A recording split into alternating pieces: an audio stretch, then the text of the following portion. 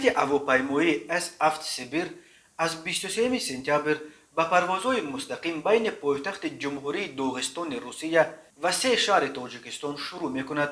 در این باره نشریه داغستانی مخچکالینسکای ایزوستیا از قول دفتر مطبوعات فرودگاه مخچکالا خبر داد. طبق جدول پروازهای ماه سپتامبر، پروازها از مخچکالا به دوشنبه روزهای پنجشنبه ساعت 22:20 به وقت مسکو صورت گرفته.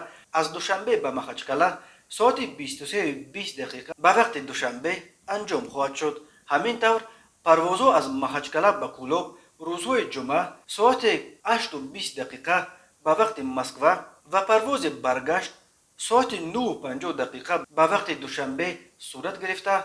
هر شام جمعه ساعت 9:15 به وقت مسکو هواپیمای سیبیر از مرکز داغستان به شهر خوجند به پرواز خسته. از آنجا به مخچکالا ساعت 20:15 به وقت دوشنبه برخواهد گشت. فرودگاه مخچکالا آگاه کرده است که تمام مسافران از جمله شهروندان تاجیکستان باید نه دیرتر از 72 ساعت تا پرواز از تشخیص کرونا ویروس گذشته با خود حتما سند درباره نتیجه منفی این تشخیص را بگیرند. این طلب تنها به کودکان تا 3 ساله دخل ندارد. روسیه که ماه مارس سال 2020 در آغاز پاندمی کرونا ویروس مرزهایش را بروی مهاجران بست، از 1 اپریل سال 2021 به پروازها از تاجیکستان اجازه داد. چند ماه اول به استثناء چند پرواز انگشت‌شمار بین فقط مسکو و دوشنبه باقی مانده پروازها از تاجیکستان به روسیه به صورت چارتری صورت گرفته.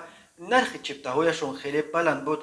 روسیه از 27 اوگوست به پروازهای دائمی بین همه شهرهای دو کشور اجازه داد و حالا هر هفته بین تاجیکستان و روسیه حدود 100 پرواز انجام می شود. این باعث شد که نرخ چپته‌ها یک کمی پایین بفراید، ولی همچنان بلند باقی میماند و تقریبا از $500 سر می شود.